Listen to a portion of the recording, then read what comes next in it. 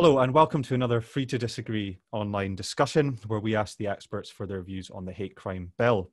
Today I'm pleased to be joined by two dazzling intellects, Lucy Hunter Blackburn and Susan Smith. Lucy is one of three women behind the policy analysis collective Murray Blackburn Mackenzie. She's a former civil servant and policy wonk. And Susan is from For Women Scot, a coalition of women in Scotland who've come together to protect and strengthen women's rights. Thanks so much for joining me today. I'm just going to jump straight into some questions and then we'll see where the discussion goes from there.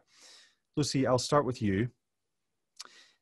Murray Blackburn Mackenzie says, and I quote, "The argument is not convincingly made by the Bracadale Review or the Scottish Government that expanding stirring up offences will fill a legislative gap on paper or reduce in practice the number of hate-related attacks on individuals in particular groups."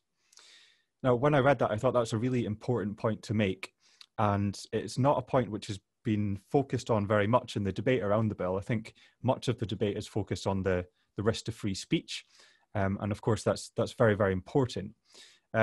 But it's also important to stress that the stirring up proposals as they stand wouldn't actually give additional protections. So can you say a little bit more about your view on that?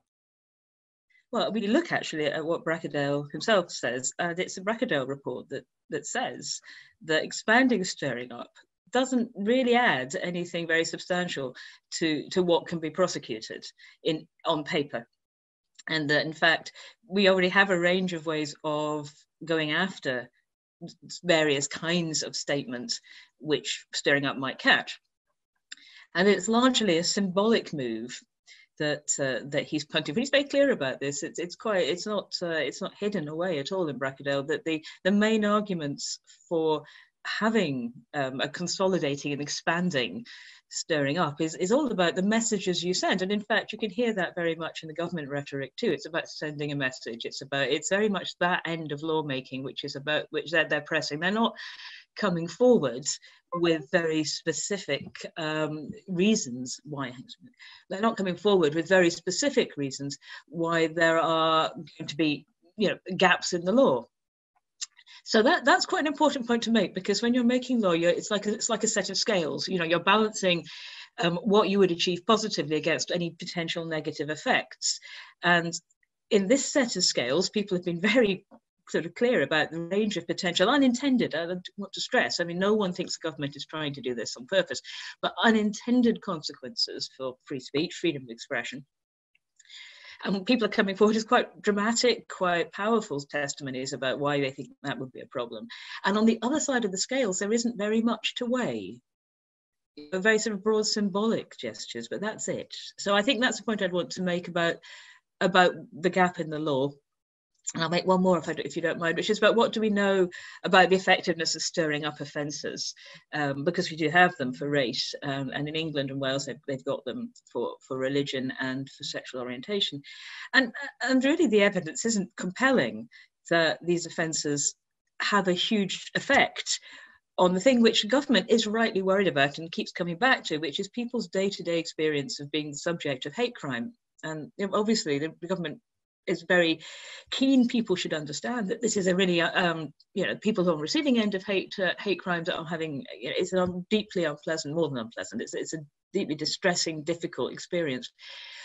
So we don't really see any evidence. It's very difficult to draw the causal chain between stirring up over here and people being better protected over there. So it's a weak causal link. And even again, Bracadale doesn't particularly argue that somehow something magically will improve. So that's the point to make, really. It's about the other side of the scales, not just a negative. The positive side of the scales seems to us quite lightly loaded.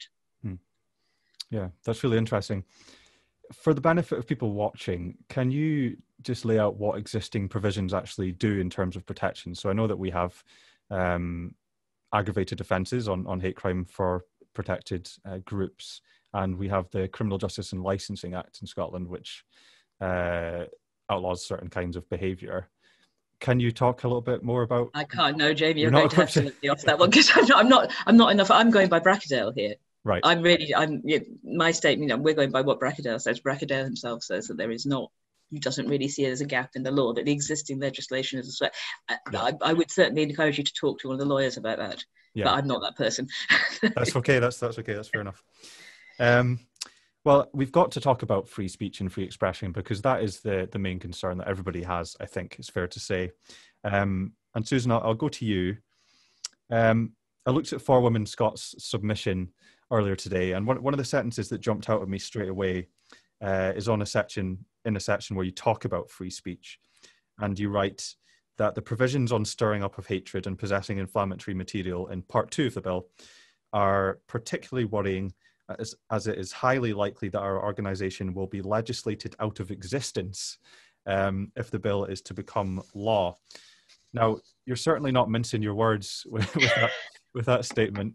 Can you explain why For Women Scot would be eviscerated by the hate crime bill, in your view? Well, I think it comes down to the language that is used in the hate crime bill, especially this language around abusive and likely to stir up hatred. Now, we don't think that anything we have ever done or put out is abusive or likely to stir up hatred. We're absolutely clear that the work that we do is based around women's rights. It's about the loss of single-sex spaces and the loss of access to services under certain government proposals. The problem is that every time we try to articulate this, we get attacked. And there was a very good example the other week where Pink News, which really doesn't like us very much, ran an article talking about some leaflets that had been found in a post office. And these leaflets were some we sent out during the GRA consultation back in March. But we sent out, did I go off? No, you're okay. We sent off about 60 to 70,000 of these leaflets. And it was, so obviously the volume of material is one thing that might count against us, because there's this idea of distributing material. And these leaflets are in and of themselves fairly innocuous as far as we can see. They ask questions that the government hasn't yet answered about what the GRA reforms would do, how they define the terms in that, how they were going to define the terms. But the response from Pink News was that these were disgusting, obscene, hateful, and they said they caused alarm in the general population. And that's a very deliberately chosen phrase, because that goes back to public order offences. So they're really accusing us of causing criminal behaviour as it stands. And with these lower thresholds in the hate crime bill, we are quite sure that we're going to be reported on the basis of incidents like that on an almost daily basis, and then it becomes impossible to operate, because nobody will want to hand out this material if they have people reporting them to the police for it. These questions, by the way, were some that we'd collated for the Cabinet Secretary, Shirley-Ann Somerville, for a meeting with her. So the questions that we took into Parliament that we're happy to give to a minister. Humza Yousaf's claimed that criticising government policy will not be illegal, but we can't see how that is going to work if there is the threat or the perceived threat that asking questions of government policy will result in this kind of hyperbolic accusation, which then could lead to a police report, that then could lead to a trial. And even if you're vindicated, that's a terribly traumatic thing to go through, and it's going to stop a lot of people before they even get going. Lucy, do you want to add something to that? Well, I suppose, yes, I would add that in our own experience already, I mean, I think it's important to say we can already look at things that have happened to give us an idea of where the sensitivities lie. So Kath and Lisa and I published an article in Scottish Affairs last June, which was about an analysis of policies which were transgender inclusion policies and how they had been developed and how far impacts on women had been taken into account. What happened, that article was accepted for publication by the journal Scottish Affairs, but when it was submitted to the Edinburgh University Press, a member of staff within the press wrote a minute to one of their colleagues and described it as transphobic, described the piece as being analogous to anti-Semitism, Islamophobia, very strong terms. And the only example that they could, that they used in the note was that we used the word woman as a shorthand for female human beings, and we didn't use it in a more inclusive way. And on the basis of that one note from one member of staff, the organisation, Edinburgh University Press, who'd had our article for weeks at that point, the text was there in front of them to read, they decided they went to university lawyers to ask whether Kath and I, as university members, might have breached the university's policies on dignity and respect. They shared this note with Scottish Affairs, subjected Scottish Affairs to an unprecedented degree of interest in its internal processes. So we can see already in that context, we think if this had been law, this particular piece of legislation, it's almost certain that would have been invoked at this point. Now, we were very lucky. Scottish Affairs were robust. Their processes were fine. The university lawyers were clear that academic freedom was what mattered, all the rest of it. However, had in that process the invoking of a criminal offence with serious penalties been brought into play, at any point in the chain including, the press, Scottish Affairs, ourselves, we would all have been, the stakes would have been incredibly higher, much higher. And the whole thing was dispatched in a few days with some internal minutes under the current situation. But I think under the law as proposed here, which doesn't, by the way, have any academic freedom discussion or protections built in either. And academic freedom is subject to the criminal law. So, that would have been no good. We are quite sure we would have been, as Susan says, it's a chilling effect. It might never have got to the point where anyone ever ended up in court, but whether our article would have ended up in print, I think is a different question.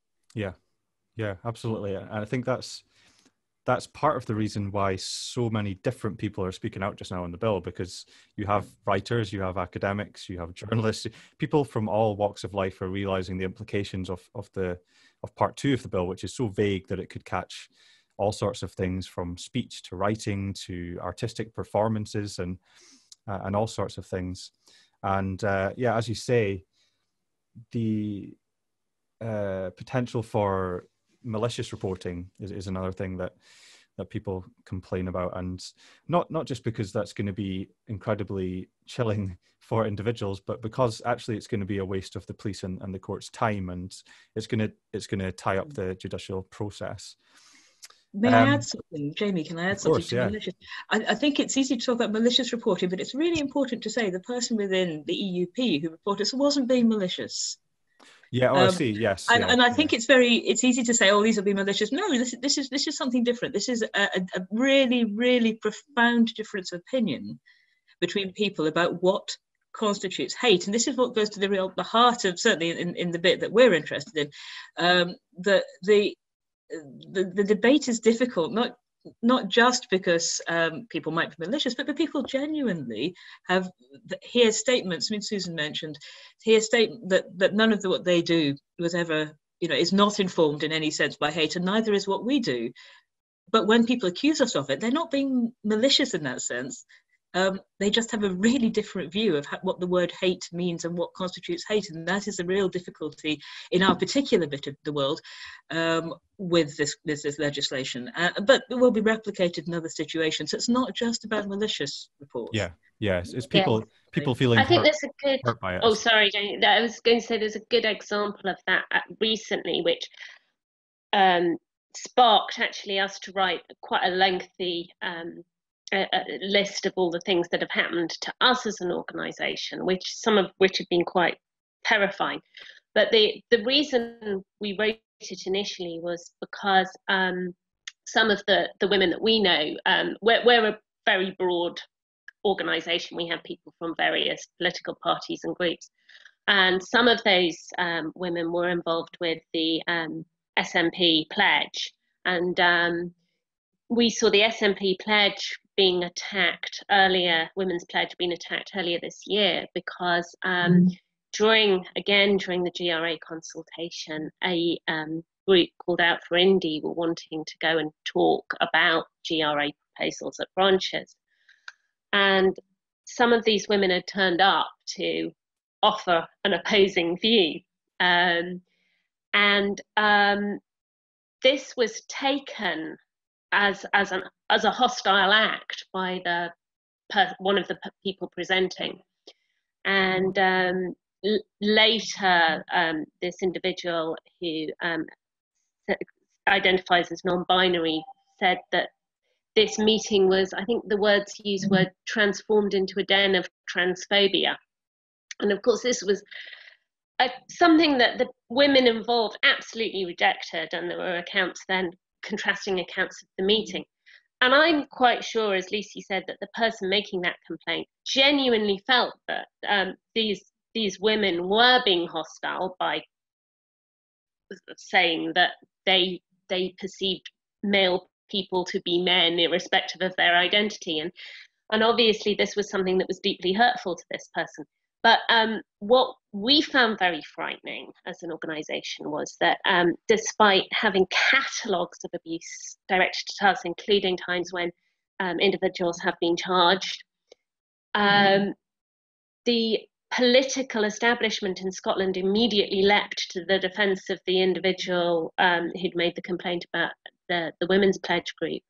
And some of the comments on that were along the lines of, it doesn't matter what happened, what matters is that Teddy felt unsafe. And I think that exemplifies what's happening with this bill. It's almost that it doesn't matter what the truth is, it just matters how somebody feels, how they perceive it, how they think about it. And that's very frightening. Yeah, that's been so interesting to hear, because I suppose, there is the potential for a small number of people deliberately making complaints when they're up to no good. But as you say, people genuinely feel hurt and they're emotionally invested in these issues, and they can respond out of that emotion and that hurt it's key that the law is not able to be politicized and misused and misapplied. And it's interesting, I suppose, the issues you're talking about today, that the intersection of trans rights and women's rights is one of the main issues where we see that potential for politicization of the law. Lucy, I wanted to quote another statement by Murray Blackburn Mackenzie, which I think does excellent work, by the way, and you're always very on the money and balanced in what you say. You said in a recent tweet where you posted a blog that the Scottish Government has drawn on the existing offence of stirring up racial hatred to minimise concerns about extending the stirring up offences.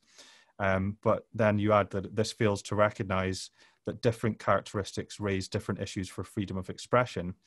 No, I think that's true, because the government and Nicola Sturgeon most recently does point to the existence of the stirring up of racial hatred offence and say it's been working for many years, and we're simply copying that. We're simply sort of extending that, and there's not really any controversy here. But you seem to disagree with that statement. Well, I think what we noticed was starting to happen about a week or two ago was the reference to the existing law on stirring up racial hatred, and a sort of desire to use that to reassure, to play down, actually in the case of one politician, really to attack people who were expressing concerns about part 2 of the bill and the extension. And I think it's important to see, the stirring up of racial hatred has been on the statute book for a very long time, but it comes out of a very particular place, which is the existence of the far right and far right politics, which organise explicitly are motivated and organized around racial hatred and the stirring up. And I'm old enough to remember, the bits of the 1980s, and this when stirring up first came in, and at this point, and still, we have organizations which are largely motivated by racial hate, and they're organizations which have in the past had extremely, absolutely violent presence on the streets and communities, and so on. So the origins of the racial hate stirring up are very much in that sort of world, and it's quite unique, really, as the situation. And in fact, the Scottish government itself, because it doesn't just create one new stirring up provision, it keeps race separate. And the policy memorandum, says in terms that, it's a different thing. Racial hatred is structurally different. The impact on communities is greater. We see, we were talking earlier about, what's the impact of provisions in the law. Well, what we do know is that racial hatred is way ahead of everything else in terms of an aggravator, and as a presence, as an issue. It's the one that is most common. So we are worried, I think, and the reason we wrote the blog was we were worried about the way that the racial hatred thing was being used as a sort of veil behind which to hide everything else, or to diminish other people's concerns. And I think it's very important, if part 2 was not to proceed, we would retain the racial hatred stirring up provision. And I am not aware of anyone complaining about that, and I'm not aware of anyone saying that it raises anything like the same free speech issues. In fact, there is no freedom of expression protection around racial hatred, and the law has been clear about that. I think Lord Leicester in the Lords, when they were discussing the extension of stirring up in England, more limited extension, says in terms it's different. It's different. Racial hatred is a different thing, and when there was a fuss about how to protect freedom of expression around religion, nobody proposed that at the same time they should attach the same kind of freedom of expression things to race. And that, so it seems that you have to say that's in a different place, and it's sui generis, it's its own thing. It doesn't in any way, the experience of having that clause doesn't in any way tell us about the risks, doesn't provide any reassurance to what we're all raising, but neither does raising what we're doing in any way framed as a challenge to the existing law. And I think it's both those things that we wanted to make clear in the blog were important to say. Susan, did you have any thoughts on that? No, I think Lucy said that beautifully. Great. Okay, so the recent discussion on the bill, I suppose the last week or so, there's been a bit of a push to see part 2 of the legislation just taken out.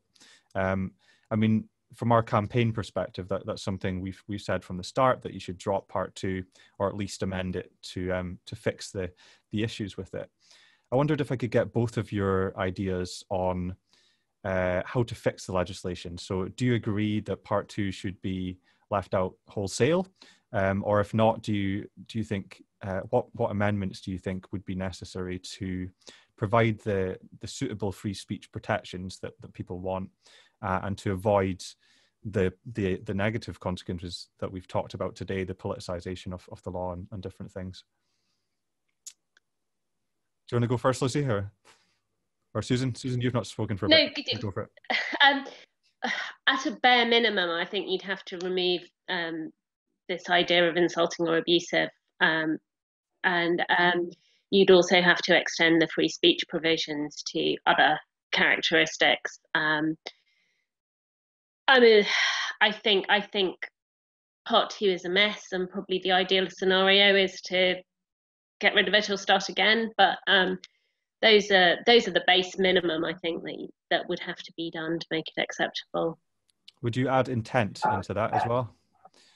Oh yes, sorry, yes, absolutely. That is yeah, that's a major concern, a massive gap in that part of the. I'm just not sure what purpose it serves really, in and of itself. So I think it would be preferable to drop it, but yes, removing intent, removing some of those problematic phrases at the very least, reinstating intent and removing. And are you optimistic that this is going to happen?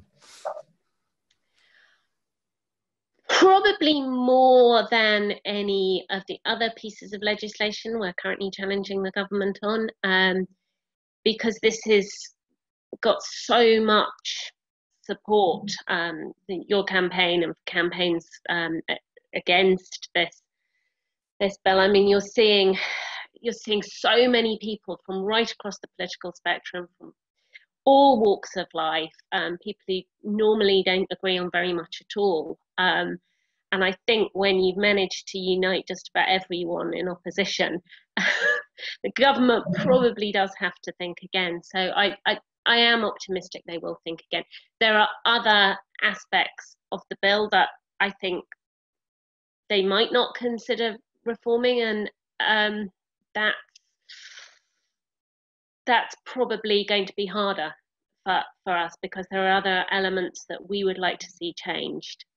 And I'm not sure that there's the same will behind that as there is behind the universal opposition to Part 2.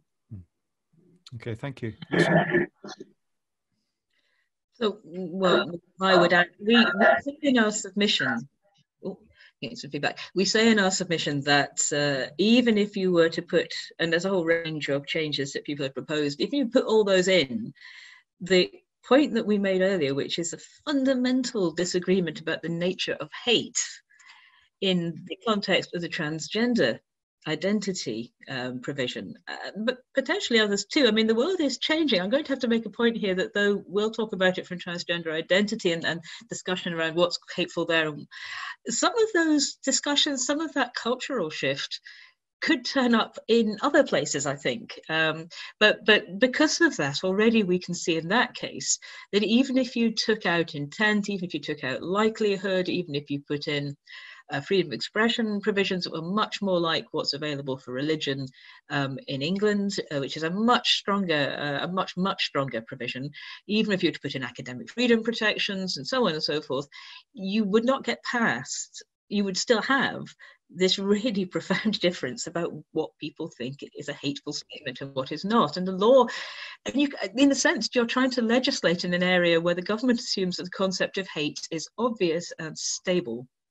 And because we start with racial hatred, where we have been round the houses, we know the far right, we know its techniques, you know, all of these things, the assumption is that that thinking translates through into any other context. And simply, you know, and the material we provide to the committee and what Susan's described just demonstrates that that is not the case. So that's my first point. My second point is about how you legislate for hate crimes and the importance of consensus and strong foundations. The reason that the provisions we have really been pretty solid, and I think not, I don't know the history of the legislation, and I'm sure it's been more controversial than I'm suggesting, but it's been pretty solid. I don't think it's been brought forward from amendment by any government, the racial hatred stuff. It's because there was a pretty strong consensus. You know, it starts from a point of a broad social consensus. Even if you start sticking ors where, you know, ands where there are ors, taking out his, adding bits here, you are not going to achieve that consensus in the time available. This is not the kind of thing that you sort by patching together a rapid political, trying to think, you know, a rapid political fix. The depth of the kind of comments that are being made requires, you know, deep, slow consideration as to how you get back to a point where, if we're legislating, we're doing it in a way which has really, really solid cross-party, cross-society foundations.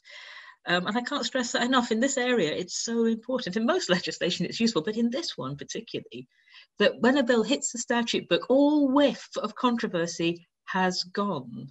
And I don't see how you achieve that even by tinkering with bits of Part 2. Whereas, like Susan, there are things in Part 1 that we would, you know, question and challenge. But broadly speaking, you've got a decent hope with Part 1 of a bill, consolidating bill. There is an issue, there's a large issue around the treatment of sex as a category in that. But you, even if you just, you know, the worst you'd be doing is failing to make things better than you could. So, but by consolidating what we've currently got. So I think that's my point. It's really easy to get down the rabbit hole of changing a word here and adding a bit there, but that would miss the point here, I think, about quite how profoundly difficult this set of proposals is, and how little time the committee has to fix it, which I won't dwell on, but we might come back to. Well, that was going to be my next question to you, because I know that you've also said that because, well, one, the parliamentary calendar is chock full with other pieces of important and complex legislation, and also because of what's going on in society, I guess, more largely with COVID and that huge challenge for politicians, it does seem that politicians might not have the time or the luxury of time to give the scrutiny to this legislation that it really deserves, and that's a real fear from our perspective. Do you agree that's the case? Do you think that the Justice Committee, for example, is already facing too much? Yeah. Absolutely. I mean, I think if you look at their work program, it's absolutely, we did the sums about how many, how much space do they have, how many sessions can they afford to spend on stage 2, how far can they allow stage 1 to slip. It's really tight. It's tight because, of course, Parliament rises early. In 2021, it stops in the middle of March. Everything has to stop. And that's it. So it's more constrained than a normal year. They have 3 bills, I think, formally. They have a defamation bill on the go. They have a new bill announced in the programme for government, which is about domestic violence. It's about orders around that, which means that you can take the offender out of the family home, as far as I think I understand it properly. Now, we know domestic violence has gone up in lockdown. We would strongly support. I would like at this point, sometimes there are divisions within the women's movement. I would like to absolutely praise the amount of work that's been done to develop those domestic violence proposals by groups such as Women's Aid Scotland. I think rightly those would be seen as urgent and important and valuable provisions. The defamation stuff is, I think, my understanding, very broadly supported as a law reform which is overdue in Scotland, and so on. So these are really important things. We have, on the other hand, COVID. We have the prison system, the court system, hugely disrupted, massive knock-on effects, issues of civil liberties. We have I think the remand population breached 2,000 for the first time ever, I think, and certainly first time in a long time in Scotland, because the courts are slowed down. We have issues at prison, and I think there was even at one point in the committee's programme the suggestion they might be legislating around COVID in the courts. So, I mean, here are things which are absolutely, utterly urgent. Some of them more straightforward than others. None of the COVID stuff is straightforward. None of it. And in the margins of all that, they're going to have to try and sort out this huge divergence of opinion over what the right thing is to do with a completely non-urgent piece of legislation on stirring up. And it just doesn't. I mean, I worry as a citizen that the Justice Committee is notoriously, I mean, almost all sessions, one of the most heavily loaded in the Parliament. And I'm worried. They're only a set of individuals. They only have so much space in their brains, let alone their timetable. And, how many things are we going to ask this small group of people to get their heads round in a short period while they're all dealing with their constituents? And the other thing to say about MSPs is they have to worry about representing their constituents, who at the moment are also suffering some of the most acute upheavals in their lives that many will have seen. Why, in that context, it doesn't look clever government in the broadest sense to bring forward part 2, which, if you're going to try and resolve it, it's like a most horrible, I say, intellectual puzzle, but that doesn't do it justice. It's a horrible non-intellectual puzzle of extremely large salience to people's individual freedoms. So that's my big worry here, is that this is simply, the timing it's just not in the favour of this bill, not this bit of it anyway. Yeah, totally and they've had they've said, haven't they? They've had 2,000 responses, which is pretty much unprecedented for this stage. Obviously, consultation response is slightly different, and they're supposed to have a deadline of the end of December, or mid-December. I can't remember exactly the date of the deadline, and they're already talking about extending that. And then, as you say, that they've got very limited time thereafter to do anything on this. So it's, I can see the clock ticking down on it. And there is a worry, I suppose, they will try to come up with some fudge solution that isn't going to please anybody. And then, of course, obviously, as the police raise, there's the whole issue then, if a bad law becomes law, how that impacts on policing by consent and what they have to do with it, and tying up the court's time yet again with pieces of legislation that are inadequate. And one of the things that we've raised on other pieces of legislation that I can see happening with this is that legislation should be made by Parliament. It shouldn't be made later in the courts, with them having to correct all the things that Scottish Government have passed that have subsequently been proven to be problematic. And can see this heading in the same direction if something dramatic isn't done with it. Can I add one more thing, just on the back of that, which is, it jumps off what Susan said about not making legislation, not making law in the courts any more than you can possibly avoid. It's important to say it doesn't matter what the government says as this bill goes through Parliament. It doesn't matter what promises are made about who is or is not going to be within scope, whether J.K. Rowling is going to have broken the law. It does not matter. The law is the face of the act. It's not the statements. There is a very minimal amount of jurisprudence where courts can consult what was said. But in this case, the fact that somebody stood up in Parliament in 2020 or 2021 and said, no, that's fine, will not be the issue. The courts will look at the statute. That's what they'll interpret. So it's very, very important. You can't get round this by saying some nice, reassuring things about free speech, about dismissing examples, or even reading into the record very earnestly that things aren't the case. That's not how it will work. So it's so important that there's no shortcut around getting the law right that involves making statements in Parliament. Yeah, that's another point that we've made, is that there's been other legislation in recent years which has really not been fit for purpose, but has gone through quite quickly. So the examples that are often used are the named person legislation and the Offensive Behaviour at Football Act, which both basically were disastrous for the Scottish Government. And the named person particularly, that got tied up in a very long court battle, and ultimately all the way to the Supreme Court. And then it was struck down, the central plank of the legislation. So we hope that it's not going to happen with the hate crime bill, that the same story history is not going to repeat itself.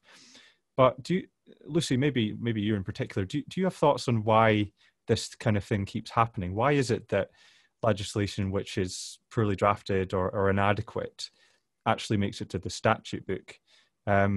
Is it due to the parliamentary setup of Holyrood, or is it just because the government has the numbers and it doesn't have to sort of win the argument so much? Or what's your assessment of that? Well, named person and OBFA both went through when there was an absolute government majority. So it did have the numbers. So that is quite important. I do think it makes a difference. The other piece of legislation one might mention is the British Transport Police and the legislation to break that up. That was very controversial too. And it was passed, but it's never been brought into force. So the compromise there was to pass the law, and then as things stand, it's just in a sort of long extended limbo. So that's another example. So I suppose what you look at there, I think partly is the parliamentary process too. Scotland is a unicameral chamber. When it was designed, and I know this because I am again old enough to have worked on all this stuff 20 years ago, a bit more. When it was designed, is it right the that you worked on chamber, sorry I worked to on the interrupt. Scotland Act. You worked on the Scotland Act, yeah. Wow. Yes. So I didn't work on this. The bit to do with committees and parliamentary procedures was the desk next to mine. So I was more overhearing those conversations and being in them. But it was terrifically important when the Scottish Parliament was put together that the assumption was governments would always be minorities and everything would require a great compromise. And the committee system, huge weight rests. We've talked about the committees. A huge weight rests on the committee system because we only have a single chamber. And all the work on bills really is done in the committee because you have one stage one debate, you have stage 3 debates, which are very, very quick at the end and almost impossible to follow. Yes, we have it's quite a small, it's not a small parliament, it's 129 people. Most MSPs sit on a couple of committees. Once you take out the government, the payroll vote, the government vote, the ministers who can't sit on committees, you start getting down to quite a small number of people doing a lot of work. So, and in a system which really relies on the committees being incredibly independent of government, which of course in periods, as we may be going back to, very likely are going back to, periods of absolute majority government, our system is not well designed for. And even at the moment where if you have a very close sort of quasi-coalition between the governing party and one other, you can get quite close to the effect of a majority government. So they really only have to persuade a handful of probably one person, in effect, to have a de facto majority. And that's where our system just doesn't fall down. It falls down. It doesn't scrutinise well. The other thing I'd want to say is that we see a drift, and actually Andrew Tickell's been very interesting on this in different contexts, to see law as a symbolic thing. And I think one of the reasons we've had a lot of questionable legislation is that people have wanted to use the law, and this is exactly where the stirring up stuff is, to send a message, unquote, to provide a signal, to demonstrate that we care about something as a nation, to make a statement about the kind of place that Scotland is. So legislation is used as a signalling device, but legislation is never just a signalling device, because if you are creating criminal offences, you are creating criminal offence. If you're empowering people to share information about other people, you're empowering people to share information. So, but when people, the arguments against named person was a good example. When people said they were worried about the effects on privacy, on information sharing, on the intrusion of the state, what came back at them was, you don't care about child protection. You don't care about keeping children safe. And the same you can hear with the hate crime bill. You don't care about people being subject to hate crimes. There was around the bill on the anti-smacking legislation, I think everybody, the number of people who would come out and say we're in favour of smacking children was pretty small. But there were other voices, I think Andrew Tickell was one of them actually, who were concerned that, yes, you're still creating criminal offences which maybe don't have clear boundaries. And I think he wrote a very interesting piece that said, the problem here is that people so Schrodinger's law, it will be effective, but no one will be prosecuted. And I think that mindset has crept quite deeply into how the Parliament approaches and the government approaches legislation. It's used to assuage, to encourage third sector bodies with whom they have good relations and so on, to the detriment of looking at the actual likely on the ground effects in terms of prosecutions, in terms of chilling effects in the case of this one. Yeah, a sort of frivolous treatment of the criminal law is something that we've seen a great deal, I think, recently. So in the final part of the discussion, I think maybe I'd like to talk about free speech a bit more widely. So that's something which we've done the last two discussions as well. So obviously we all perceive that there's a threat to free expression by part 2 of the hate crime bill. But the other guests I've had on recently also felt that free speech is something that's under threat more widely in Scotland, or certainly that there's been a chill on free speech in different ways. So I'd be grateful to hear your thoughts on that. I think, Susan, we've talked before a little bit about this. Do you think free speech is under attack? Do you think that's a fair statement to make? Yes, because we've seen it. We had an event which Lucy spoke at, a sort of open mic speakers corner event at the Mound at the beginning of August, so before we went back to more stricter rules, and we had a couple of people who have faced very real personal consequences for saying things that, again, are not particularly contentious, and not nasty, and not malicious, are certainly not unlawful. But in the case of Gillian Phillips, who spoke, she lost her job. She was fired for saying, "I stand with J.K. Rowling," because as a fellow children's author, she felt it was important to make that point. And the imprint that she worked for, which do these sort of packaged novels, they write them under another name, and have a group of authors writing these books. they just let her go. And she had been subjected to really quite horrible abuse for 48 hours, a sustained period of nasty threats, sexualized abuse. And she genuinely thought that the publishing company for whom she'd done so much would come down on her side and say that it's an inappropriate way to treat one of their authors. And instead they sacked her. And we've seen it with other on a lower level, but there was also the incidents at the Scottish Poetry Library, which again we know people who are involved in that the Scottish Poetry Library said they did not support no platforming of authors, and that they would not condone threats or attempts to intimidate publishers, because all of this had been going on. And I think a few years ago, that would have been something that everybody would have celebrated. They would have said, yes, of course it's wrong to no platform people, and of course it's wrong to intimidate women writers, because it was mainly women writers, but there were a couple of male poets as well who suffered consequences, real world consequences.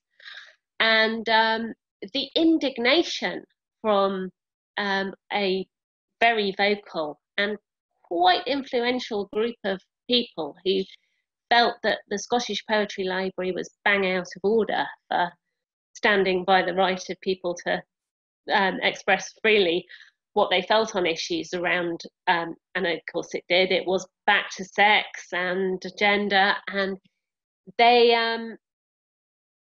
attacked them in the media. It raged for a little while, and it has been almost impossible within certain third sector organisations in Scotland to raise any concerns, and we hear about that all the time, that people who feel that the direction of travel is not a good one are intimidated and won't raise criticism. So we saw that with again with the NHS Lanarkshire story, that the guidance came out that was supposed to be for people with a transgender identity, but in effect did away with single-sex spaces.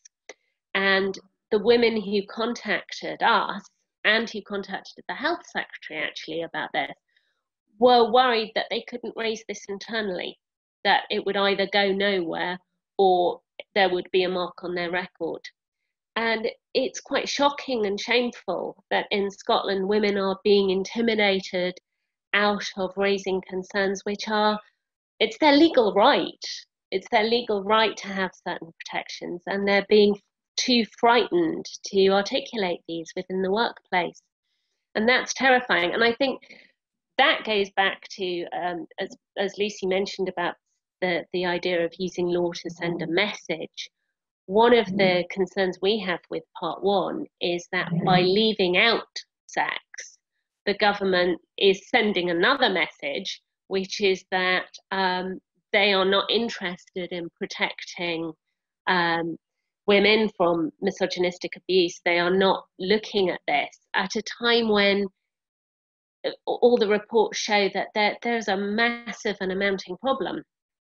And you know, I think we can argue and discuss whether hate crime is necessary at all, but I think if you're going to accept that it is a necessary law to have, then you also have to be answerable for which categories you think are deserving of protection. And the message that we're getting from the Scottish government is that they don't think that women are deserving of protection. And that is very frightening at a time when women are saying that they are feeling intimidated and not wanting to speak out on issues around sex and gender, and who is entitled to use women's spaces and services. And the other point I think there is when you look at the extraordinary conformity in third sector organisations that are funded by the Scottish government. I mean, we would have assumed, for example, that any group representing women in Scotland would have wanted to have a provision in there to protect women from online abuse or real world. I mean, we have a situation where 1 in 3 schoolgirls say they've been harassed on the street while wearing school uniform. And we would have thought that that would have been a pressing concern. But astonishingly, the funded women's group does not want sex in there. They are happy to wait for a standalone offence. Now, Lord Brackadale said that could take several years. So in the interim, women are facing being criminalised for trying to ask about rights, and they have no protection to come back at the groups attacking them. I know Stephen Daisley in one of his pieces raised how this legislation could be used as a tit for tat. That okay, you attack LGB Alliance for being opposed to saying they're anti-trans. Well, then LGB Alliance could go back to the trans group and say, well, you're opposed to homosexuality. And these are all protected. So you could have this ongoing little fight between groups, but the group that won't be able to use that are the women's rights groups, because they don't have that protection. And that is that's a very clear message that's also in there. And it is having an effect on women. It's certainly having an effect in organisations, private. When Stonewall is going into schools and offices and giving people training, and in some cases, I think it was Scottish Trans Alliance did training in the NHS a couple of years ago, and some of the stuff that they were saying went against NHS principles. Now, it's very hard to imagine any other organisation going into places of work and places like the NHS giving advice that isn't legal. Again, the schools guidance, the LGBT school guidance, ministers decided that was not legal because it infringed on the rights of girls. And yet, that's not been withdrawn.